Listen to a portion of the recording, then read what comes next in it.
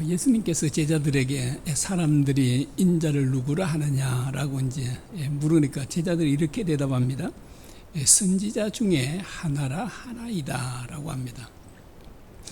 당시 많은 사람들이 예수님을 선지자로 생각을 했습니다.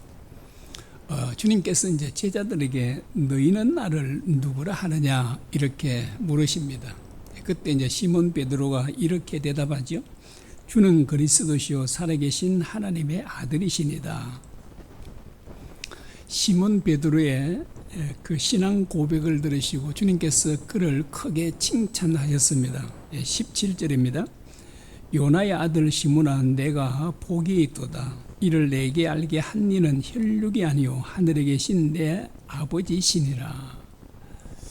예수님은 바른 신앙 고백을 한 이 베드로에게 내가 복이 있도다라고 하셨습니다. 그리고 그가 이처럼 바른 신앙 고백을 할 수 있었던 것은 하늘에 계신 내 아버지께서 알게 하셨기 때문이다라고 하십니다.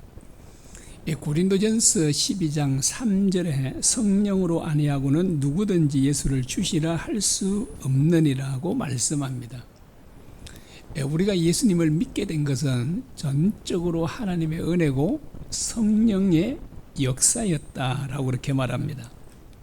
하나님의 은혜가 없이는 그 성령의 역사심이 없이는 우리가 예수님을 주시라고 할 수 없다라고 말합니다. 자, 예수님은 그리스도이시고 살아계신 하나님이십니다. 자, 그리스도란 쉽게 말하면 구원자라는 말입니다. 그리고 하나님의 아들이란 말은 하나님과 동등한 하나님이라는 말입니다. 예수님은 우리를 구원하기 위해서 오신 유일하신 구원자시고 하나님이십니다. 자, 예수님은 물론 이제 사람이시기도 하죠. 사람의 몸을 사람이기도 하지만 예수님은 참 신, 참 하나님이시다라고 그렇게 말합니다. 참 이거는 우리가 이해할 수가 없죠. 참 사람인 동시에 참 하나님이시다는 것, 이게 참 이해가 안 되죠. 그래서 이제 사람의 모습을 갖고 있으니까 예수님이 이제 30대 청년이었으니까요. 그러니까 사람들은 하나님이라고 할 때, 하나님의 아들이라고 할 때 오히려 유대인들은 믿기는커녕 오히려 예수님을 돌로 쳐 죽이려고 했던 것입니다. 자, 이 이제 신앙 고백, 주는 그리스도시요 살아계신 하나님의 아들입니다라고 하는 이 신앙 고백을 베드로가 했는데 다른 제자들은 어땠을까요? 자, 다른 제자들도 베드로의 신앙 고백과 동일한 고백을 했을 것입니다. 물론 이제 가룟 유다는 제외할 수 있겠지만요. 자, 제자들이 정말 바른 신앙 고백을 했습니다. 그런데도 그들은 하나님의 뜻대로 살지 못했습니다. 마르다도 그랬죠. 자, 마르다도 정말 바른 신앙 고백을 했습니다. 그런데도 예수님의 말씀에 즉각 순종하지 못했습니다. 그 무덤 입구를 막아놓은 돌을 옮겨 넣으라니까 마르다가 주님 앞에 반대를 하죠. 주님, 살릴 수 없습니다. 이미 부패하기 시작했는데 어떻게 살린다는 말씀입니까? 라고 말합니다. 그래서 예수님께서 말씀하시도 그 말씀에 즉각 순종하지 못했습니다. 자, 제자들과 마르다처럼 바른 신앙 고백을 하는 사람들은 대단히 많습니다. 그러나 하나님의 뜻대로 사는 사람들은 심히 적습니다. 왜 바른 신앙 고백을 많은 사람들이 하는데도 불구하고 하나님의 뜻대로 살지 못할까요? 그것은 아직 부활신앙에 이르지 못했기 때문입니다. 주님께서 이 베드로의 신앙 고백을 들으시고 비로소 자신의 죽음과 부활에 대해 말씀하셨습니다. 21절입니다. 이때로부터 예수 그리스도께서 자기가 예루살렘에 올라가 장로들과 대제사장들과 서기관들에게 많은 고난을 받고 죽임을 당하고 제3일에 살아나야 할 것을 제자들에게 비로소 나타내시니. 예수님은 자신이 유대교 지도자들에 의해 죽임을 당하고 3일 후에 다시 살아날 것이다 라고 말씀하셨습니다. 자, 제자들은 예수님이 그리스도이시고 하나님이신 것을 정확하게 알고 있었습니다. 그러나 예수님께서 자신들을 위해 죽으실 것과 부활하실 것은 전혀 알지 못했습니다.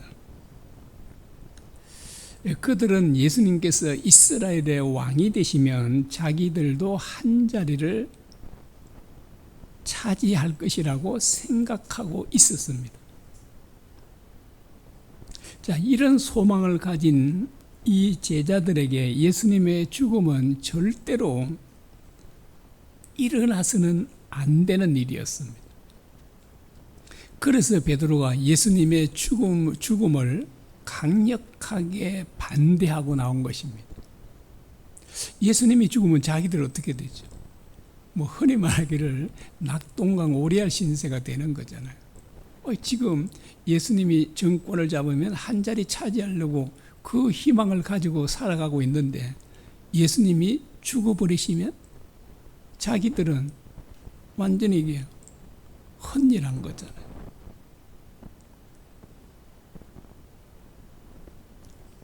자, 그래서 베드로가 예수님의 죽음을 강력하게 반대했던 것입니다. 22절 보겠습니다. 베드로가 예수를 붙들고 항변하여 이르되 주여 그리 마옵소서, 이 일이 결코 죽게 미치지 아니하리다. 여기서 항변했다 말은 옛날 성경은 간했다 그렇게 말합니다. 간한다 그러죠. 간했다. 자, 이 말은 크게 꾸짖고 훈계했다는 말입니다. 아이들에게 말하면 이놈 그렇게 하면 안 돼, 이런 말이 되죠. 근데 주님께는 그렇게 할 수는 없으니까요.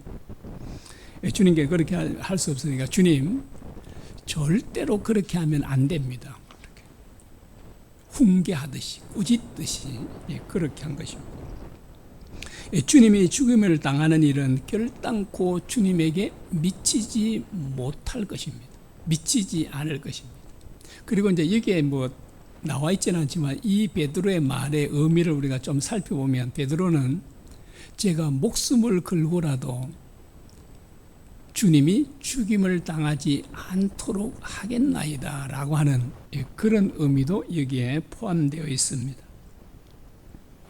예수님의 죽으심과 부활은 하나님께서 창세 전부터 계획한 일입니다. 그런데 이 베드로는 하나님께서 창세 전부터 계획한 이 일을 막아버리고자 하잖아요. 그는 지금 베드로는 자기 말과 행동이 얼마나 심각하게 잘못한 일인지를 그는 깨닫지 못했던 것입니다. 자, 물론 예수님은 당연히 아셨죠. 당연히 아셨어. 그래서 주님께서 베드로에게 이렇게 꾸짖으시죠. 23절입니다. 사탄아, 내 뒤로 물러가라. 너는 나를 넘어지게 하는 자로다. 내가 하나님의 일을 생각하지 아니하고 도리어 사람의 일을 생각하는도다. 방금 전에 베드로는 주님으로부터 크게 칭찬을 받았잖아요. 요나의 아들 시몬아, 네가 참 복이 있도다. 네가 어떻게 그런 위대한 신앙 고백을 했느냐. 하늘에 계신 내 아버지께서 알게 한 것이다. 이렇게 아주 크게 칭찬받았지 않습니까? 자, 칭찬받은지 흔히 말해서 입에 침도 마르기 전에 주님께서 그를 아주 호되게 꾸짖고 계시죠. 사탄아, 내 뒤로 물러가라. 너는 나를 넘어지게 하는 자로다 라고 하십니다. 자, 베드로를 향해서 뭐라고요? 사탄아, 내 뒤로 물러가라. 너는 나를 넘어지게 하는 자로다 라고 합니다. 그러면 베드로가 사탄이 되었다는 말인가요? 그렇지 않습니다. 사탄이 되었다는 말이 아니라 사탄의 도구가 되었다는 말이죠. 하나님의 뜻과 계획을 이루지 못하도록 강력하게 방해하는 자가 있는데 그 자가 누구라고요? 바로 사탄입니다. 그러므로 하나님의 뜻을 방해하는 자는 곧 사탄과 같은 일을 하는 것이죠. 사탄의 도구가 되는 것입니다. 가룟 유다도 사탄의 도구가 되어서 예수님을 팔아버렸죠. 예수님을 죽도록 팔아버렸습니다. 지금 베드로도 사탄의 도구가 되어서 주님께서 하나님의 뜻을 이루러 오셨는데, 그런데 그 뜻을 막고자 하는 것입니다. 물론 이제 인간적으로 생각하면 주님께서 죽으신다는 거 절대로 주님 죽게 안 하실 겁니다. 정말 참 훌륭한 제자처럼 보이잖아요. 주님이 죽는다 해도 잘 죽으시죠. 이렇게 하는 거는 참 제자답지 못하잖아요. 주님 절대로 죽으시면 안 됩니다. 주님 죽지 마세요. 이렇게 매달리고 하는 것은 진짜 주님을 이해한 것처럼 보이잖아요. 그러나 주님께서 이 세상에 오신 목적이 어디 있습니까? 창세 전부터 계획하신 하나님의 뜻을 이루러 오셨잖아요. 지금 하나님의 뜻을 이루고 가시는 중인데 그 주님을 못하게 막아버리죠. 그래서 사탄아, 내 뒤로 물러 너는 나를 넘어지게 하는, 하나님의 뜻을 따르지 못하게 하는 자다 라고 그렇게 주님께서 책망하셨던 것입니다. 예수님은 반드시 죽으셔야 하고 또 반드시 살아나셔야 합니다.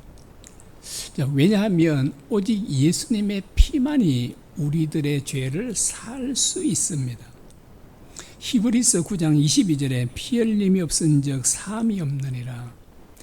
그래서 죄는 어떠하다고요? 오직 피로서만 살 수 있다라고 그렇게 말합니다. 왜 피만이 죄를 살 수 있을까요? 피는 곧 생명이기 때문이다 라고 말합니다. 레위기 17장에요. 자, 피는 뭐라고요? 생명이다 라고 합니다. 생명. 그래서 죄를 지면 반드시 어떻게 된다고요? 죽어야 하는 것입니다. 그래서 죄의 싹은 사망이다 라고 이렇게 말하고 있습니다. 그래서 피를 흘린다는 것은 한 생명이 죽는다는 것을 의미해요. 피를 조금 흘리면 죽지 않겠지만 이 피를 다 흘린다는 것을 말하거든요. 그래서 어떤 사람의 죄를 사하려면 반드시 그 대가를 생명으로 지불되니까요. 죄가 없는 무죄한 사람이 대신 지불해 줘야 하는 것입니다. 그래야만 그 사람이 살 수 있죠. 그러나 아담의 후손으로 태어난 이 세상 모든 사람들에게는 죄가 있죠. 그러므로 사람들이 죽는 것은 자기 죄 때문에 죽어야 돼요. 아무리 부모님이 자녀를 사랑해도 자녀를 사랑해서 자녀를 대신해서 죽는다 해도 그건 아무 소용이 없어요.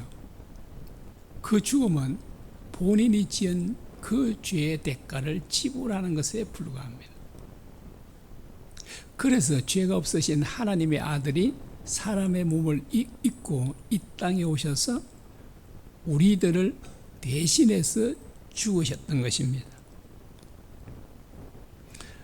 자, 또한 예수님은 반드시 살아나셔야 한다고 고린도전서 15장 15절 하반절에 이렇게 말씀합니다. 만일 죽은 자가 다시 살아나는 일이 없으면 하나님이 그리스도를 다시 살리지 아니하셨으리라 라고 합니다. 자, 하나님께서 예수님을 왜 살리셨다고 합니까? 우리들에게 부활을 주시기 위함이다 라고 말합니다. 만일 우리들에게 부활이 없었다면 하나님께서는 예수님을 죽은 자 가운데서 다시 살리지 아니하셨을 것이다 라고 그렇게 말합니다. 자, 예수님의 부활은 우리의 죄 문제가 완전히 해결됐다는 증거입니다. 그리고 예수님의 부활은 우리들의 부활을 완전하게 보장해 줍니다. 예수님의 부활은 우리들의 부활을 위해서 있는 것입니다. 우리 기독교의 핵심 진리가 무엇인가요? 그것은 예수님의 죽으심과 부활입니다. 그런데 예수님의 제자들은 이제 오늘 이 본문에 나타나는 예수님의 제자, 아직 부활하신 주님을 만나기 전까지는 자, 제자들은 이 사실을 몰랐습니다. 그리스도가 죽으시고 부활하신다는 것에 대해서 그들은 전혀 알지 못하고 있었습니다. 자, 그런데 우리는요, 자, 이 진리를 알고 있습니까? 우리는 알고 있죠, 다. 자, 우리는 예수님께서 죽으셔야 하고 다시 부활하셔야 한다는 이 기독교의 핵심 진리를 우리는 다 알고 믿고 있습니다. 자, 우리는 예수님이 하나님과 동일하게 죽은 자를 살릴 수 있다는 것도 믿고 있습니다. 요한복음 5장 21절입니다. 아버지께서 죽은 자를 일으켜 살리신 같이 아들도 자기가 원하는 자들을 살리시느니라. 그 하나님도 죽은 자를 살리시고 또 누구도요? 아들이신 예수님도 죽은 자를 살릴 수 있다라고 하는 것에 대해서 여러분 다 믿으시죠? 그리고 주님은 실제로 살려내셨잖아요. 다 우리는 이 사실을 믿습니다. 그리고 예수님은 하나님과 동일하게 우리에게 영생을 주실 수 있는 분이심을 우리는 믿어요. 믿으시죠? 요한복음 10장 28절입니다. 내가 그들에게 영생을 주노니 영원히 멸망하지 아니할 것이요 또 그들을 내 손에서 빼앗을 자가 없느니라. 자, 하나님께서도 우리에게 영원한 생명을 주실 수 있지만 아들이신 예수님도 우리에게 영생을 주노니 그러죠. 내가 너희에게 영생을 주노니 너희를 내 손에서 빼앗을 자가 없느니라 라고 주님께서 말씀하십니다. 자, 우리는 자, 이와 같이요, 예수님은 죽은 자도 살리고 우리에게 영생을 주시는 분임을 믿고 있습니다. 자, 이것은 우리가 정말 바른 신앙 고백을 하고 있는 거죠. 자, 이 신앙 고백은 정말 올바른 정확한 신앙 고백입니다. 자, 우리가 이렇게 신앙 고백을 하는데도 불구하고 왜 우리는 하나님 뜻대로 살지 못하는가?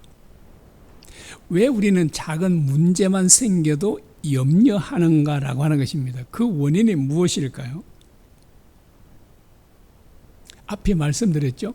부활의 신앙에 이르지 못했기 때문에. 죽은 자를 살리시는 예수님을 실제로 믿지 않기 때문에 그렇습니다. 하나님께서 우리를 위해서 하나밖에 없는 아들을 아낌없이 내어주셨습니다. 로마서 8장 32절입니다. 자기 아들을 아끼지 아니하시고 우리 모든 사람을 위하여 내어주신 이가 어찌 그 아들과 함께 모든 것을 우리에게 주시지 아니하겠느냐. 여러분, 어떤 부모가 배신자요 원수인 자를 위해서 그를 살리기 위해 자기 아들을 희생할 사람이 부모가 있을까요? 아마 이 세상에는 단 한 사람도 없을 것입니다. 그런데 하나님께서는 정말 하나밖에 없는 아들을 원수인 우리를 위해서, 하나님을 배신하고 하나님을 떠나버린 이 원수들을 위해서 하나밖에 없는 아들을 기꺼이 희생제물로 내어주셨습니다. 부모님들에게 물어보면요, 제가 그 김해 명문께서도 할 때, 기도회 할 때도 그렇게 물어봤습니다. 어머니들에게 자녀를 위해서 목숨을 버릴 수 있겠습니까? 라고 물으면 하나같이 할 수 있겠다고 그래요. 그래, 저도 마찬가지죠. 왜요? 자녀들은 내 목숨보다 귀하기 때문에 그렇습니다. 이것은 하나님에게도 마찬가지입니다. 하나님에게도 아들은 하나밖에 없는 자신의 목숨보다 귀합니다. 자신의 목숨보다 귀한 아들을 우리를 위해서 아낌없이 내어주셨다는 것은 무엇을 의미할까요? 하나님께서 우리를 자신의 목숨보다 사랑한다는 의미입니다. 여러분, 우리는 정말 이렇게 사랑받을 자격이 없는 죄인들이었습니다. 원수들이었습니다. 그런데 하나님께서 우리를 얼마나 끔찍히 사랑하시는 거예요. 자신의 목숨보다. 진짜 자기 아들을 아끼지 않을 정도로 우리를 사랑하신다라고 그렇게 말합니다. 자, 우리에 대한 하나님의 사랑은 그 무엇으로도 끊을 수 없다고 로마서 8장에 이렇게 말하고 있습니다. 로마서 8장 38절 이하입니다. 내가 확신하노니 사망이나 생명이나 천사들이나 권세자들이나 현재일이나 장래일이나 능력이나 높음이나 깊음이나 다른 어떤 피조물이라도 우리를 우리 주 그리스도 예수 안에 있는 하나님의 사랑에서 끊을 수 없으리라. 지금 사도 요한이 하나님의 사랑에서 끊을 수 있는 것들을 열거하죠. 뭐 사망, 뭐 등등 이런 것들을 열거하는데, 그런데 하나님께서 우리에 대한 사랑을 그 어떤 것도 끊을 수 없다고 합니다. 뭐 죽음도 끊을 수 없다고 그래요. 사탄도요, 뭐 당연히 끊을 수 없죠. 그래서 하나님께서 우리에 대한 사랑은 영원하다는 거예요. 영원하다.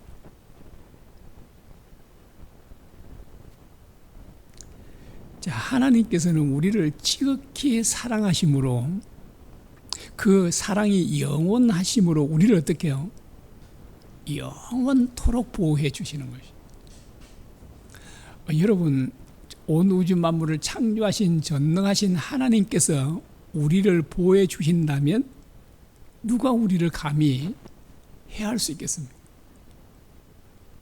그러므로 우리는 영원토록 안식을 누리며 안전하게 살 수 있습니다. 지금 파키스탄하고 인도도 지금 뭐 소규모 전쟁을 벌이고 있더라고요. 그 두 나라가 핵무기를 가져서 그 핵무기를 사용한다면 두 나라가 완전히 멸절될 것이다, 이런 얘기를 하더라고요. 근데 그까지는 안 가겠죠. 진짜 이 세상은 진짜 온전한 평화가 없죠. 그런데 전능하신 하나님, 영원하신 하나님께서 우리를 보호하시면 우리는 영원한 안식을 누리며 안전하게 살 수 있다는 사실입니다.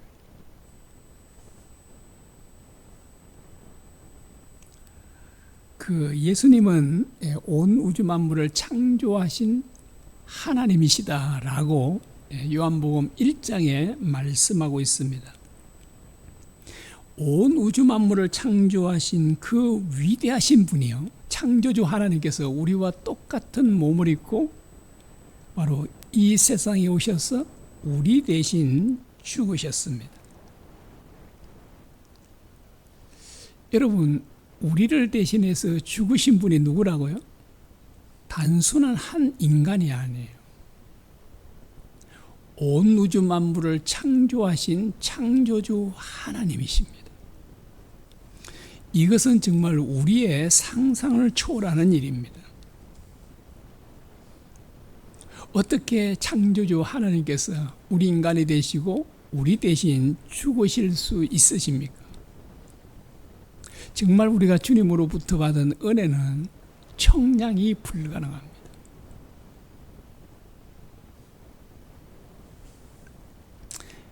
어떤 정말 재벌 회장님이요, 우리에게 1조 원을 실제로 준다면 우리는 그 회장님이 무슨 말을 하든지 다 순종할 것입니다. 한밤중에 부르면요, 아무리 오밤중에 불러도 우리는 즉각 회장님에게 달려갈 것입니다. 1조만 줘도, 제가 생각에 뭐 1조는 아니고 1,000억만 줘도 언제라도 이 사람아 빨리 와보게 뭐 그러면은 내 회장님하고 막 총알같이 달려가겠죠. 그렇게 느린 총알도 있나요? 뭐 흔히 말해 그래서 그렇게 빨리 달려가지 않겠어. 무슨 말인지 다 들을 거잖아. 그런데 주님께서 우리에게 베풀어 주신 은혜는 어떨까요? 1조 원 곱하기 1조 원보다 더 많습니다. 사실 우리가 주님으로부터 받은 이 영생 천국은 온 우주를 다 팔아도 살 수 없을 만큼 그 가치는 어마어마합니다. 제가 비유를 자주 말씀드리죠. 3살짜리 아이들에게 1,000원짜리 아이스크림과 1억짜리 수표로 가운데 너 어떤 거 할래 선택하라면 3살짜리 아이는 어떤 걸 선택할까요? 100이면 100 다 1,000원짜리 아이스크림을 선택할 것입니다. 근데 여러분에게 선택하라면요. 여러분은 100이면 100 다 1억짜리 수표를 선택할 것입니다. 자, 이 두 가지를 놓고 선택하는 때 여러분, 목사님 잠깐요, 집에 가서 기도해보고 그렇게 말씀드리겠습니다라고 하실 분이 있으신가요? 없으시죠. 그거 판단하는데 아마 여러분은 1초도 걸리지 않을 겁니다. 똑딱 하는데 이거 어떤 걸 선택하실래 하면 수표. 왜 그러죠? 수표의 가치를 알기 때문에 그렇습니다. 여러분, 주님께서 주신 영생, 영원한 천국은 가치로 계산할 수, 돈으로 계산해. 돈 주고는 아예 못 사요. 이 전 세계를 다 팔든 우주를 다 팔아도 살 수가 없어요. 여러분, 이것을 실제로 믿으면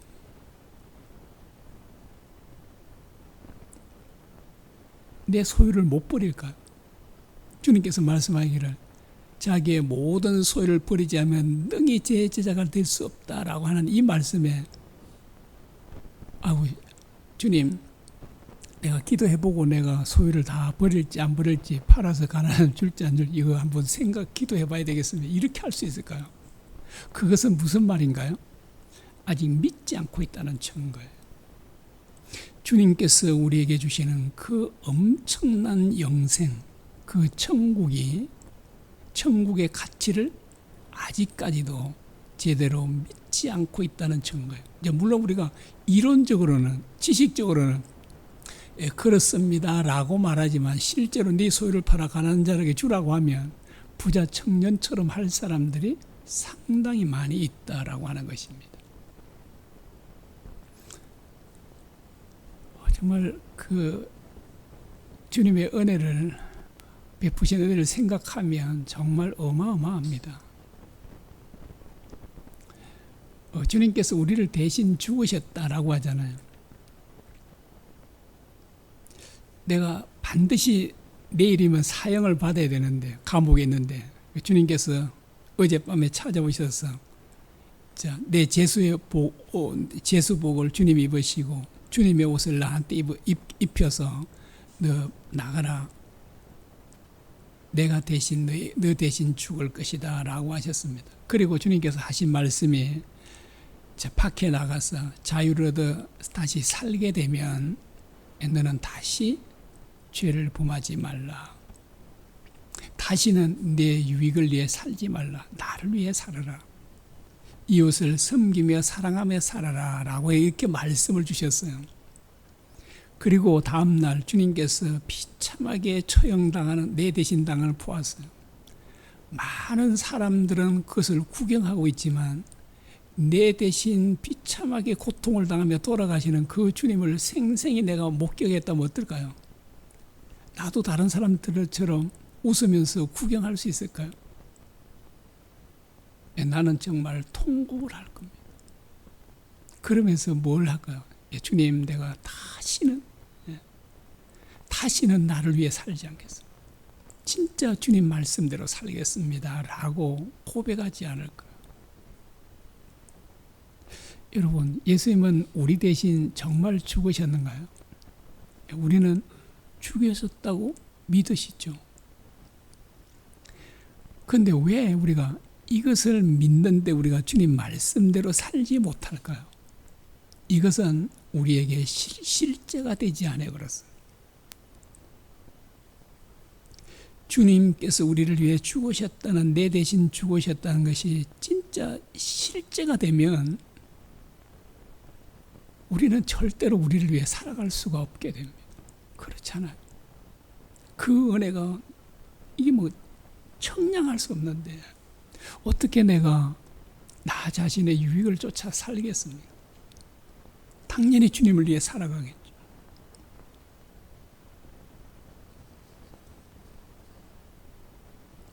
주님께서도 우리가 두려워하고 염려하는 것은 믿음이 부족하기 때문이다 라고 하셨습니다. 여러분, 믿음은 정말 강력한 힘과 능력을 발휘합니다. 느부갓네살 왕이 거대한 신상을 만들어 놓고 그에게 엎드려 절을 하라고 합니다. 그리고 만일 절하지 않는 사람들은 뜨거운 풀무불에 던져 죽이겠다. 용광로처럼 뜨거운 곳이에요. 쇠도 녹일 수 있는 곳입니다. 자, 나팔을 불자 거기에 모였던 수천 명의 각 지도자들이 일제히 엎드려 절을 합니다. 그런데 왕의 그 엄한 명령에도 불구하고 절하지 않는 세 사람이 있었죠. 바로 다니엘의 세 친구들이었습니다. 그들이 왕 앞에 끌려가서 갔을 때 왕이 다시 한번 기회를 주겠다고 합니다. 앞에 잘못한 그래도 마땅히 죽어야 되지만 너에게 한 번 다시 기회를 주겠다라고 합니다. 그러나 그들은 단호히 거절합니다. 만일 다니엘의 세 친구들에게 죽음이 무섭고 두려웠다면 어떻게 했을까요? 절하지 않을 수 없잖아요. 내가 하나님께서 뭐 다른 신에게 숨기지 말라 십계명에 그렇게 말씀하고 있지만 내가 너무 두려우면 할 수밖에 없잖아요. 여러분, 제자들도 예수님을 버리지 않겠다 했죠. 베드로는 주님을 부인하지 않겠다 했어요. 그런데 두려운데 어떻게 합니까? 두려우니까 주님을 다 버리고 또 베드로는 세 번이나 철저하게 부인할 수밖에 없죠. 두려우니까. 그래서 이 다니엘의 세 친구들도 만약에 죽음이 두려웠다면 그들도 다른 지도자들처럼 엎드려 절을 했을 것입니다. 그러나 그들이 끝까지 우상에게 절하지 않았던 것은 죽음이 두렵지 않았기 때문에. 왜 죽음이 두렵지 않았을까요? 그들은 하나님은 죽은 자도 살리시는 분이심을 진짜로 믿었기 때문에, 실제로 믿었기 때문에 이렇게 말하고 있습니다. 다니엘 3장 17절입니다. 왕이여, 우리가 섬기는 하나님이 우리를 맹렬히 타는 불무 가운데서도 능히 건져내시겠고 왕의 손에서도 건져내시리라라고 합니다. 여러분, 죽은 자 가운데서 진짜로 살리는 하나님을 믿으면 죽음이 두렵잖아요. 살려주실 테니까. 그런데 이 믿음이 없으면 내가 하나님을 믿는다고 해도 나는 하나님의 말씀대로 살 수가 없게 됩니다. 계명을 지킬 수 없게 돼요. 여러분, 십계명을 지킬 수 있나요, 없나요? 두 말이 똑같아요. 지킬 수 없다 이 말도 맞고 지킬 수 있다 이 말도 맞고요. 우리 힘으로는 절대로 지킬 수가 없다는 것이 없습니다. 그런데 정말 하나님을 믿으면 하나님의 은혜로는 지킬 수 있습니다. 이 다니엘의 세 친구들은 지켰잖아요. 자, 이와 같이 실제로 믿는 믿음은 강력한 힘을 발휘합니다. 진짜 믿음은 죽음조차도 두려워하지 않게 됩니다. 여러분, 하나님의 살아계심이 진짜 믿어지면 어떤 문제가 생겨도 염려하지 않습니다. 내가 염려하고 두려워한다는 것은 이미 내가 하나님을 온전히 믿지 않고 있다는 증거가 됩니다. 왜 많은 사람들이 신앙 고백대로 살지 못할까요? 믿음이 부족하기 때문에 그렇습니다. 자, 죽은 자를 살리시는 하나님을 실제로 믿으면 죽음도 두렵지 않고 어떤 것도 염려하지 않을 수 있습니다. 그러므로 우리에게 정말 필요하고 정말 중요한 것이 무엇일까요? 바로 믿음입니다. 믿음. 다니엘의 세 친구처럼 아브람처럼 죽은 자를 살리시는 하나님을 정말 믿기만 하면 우리는 하나님의 말씀대로 온전히 살 수 있습니다. 그 문제가 뭘까요? 안 믿어지니까 그런 거예요. 여러분, 우리와 함께 하시고 내 안에 계시는 하나님이, 주님이 실제로 믿어지면 내 삶은 바뀌어질 수밖에 없어요. 변화될 수밖에 없잖아요. 왜 우리가 하나님, 주님을 믿는다고 하면서도 부부간에 큰 소리 치며 다툴까요? 왜 가정에서 다투고 교회에서도 또 성도들이 큰 소리 치며 다툴까요? 나와 함께 하신 주님, 내 안에 거하신 주님이 믿어지지 않았기 때문에 그래요. 알아서 그렇습니다. 진짜 살아계신 주님이, 내 안에 계신 주님이 믿어지면 그렇게 할 수가 없어요. 자, 그래서 우리에게 정말 필요한 것은 믿음이죠. 그럼 어떻게 믿음이 생긴다고요? 말씀을 들음으로. 그리고 믿음의 시작이요 믿음의 완성자이신 예수님을 바라보고 생각함으로 믿음이 생기고 자라간다 그래요. 그래서 말씀 묵상과 기도 없이는 절대로 믿음이 자랄 수 없어요. 말씀 묵상에는 순종도, 말씀의 순종도 포함이 되거든요. 묵상한다 이 말에는. 그래서 말씀 묵상과 기도 없이는 절대로 우리의 믿음이 성장하지 않습니다.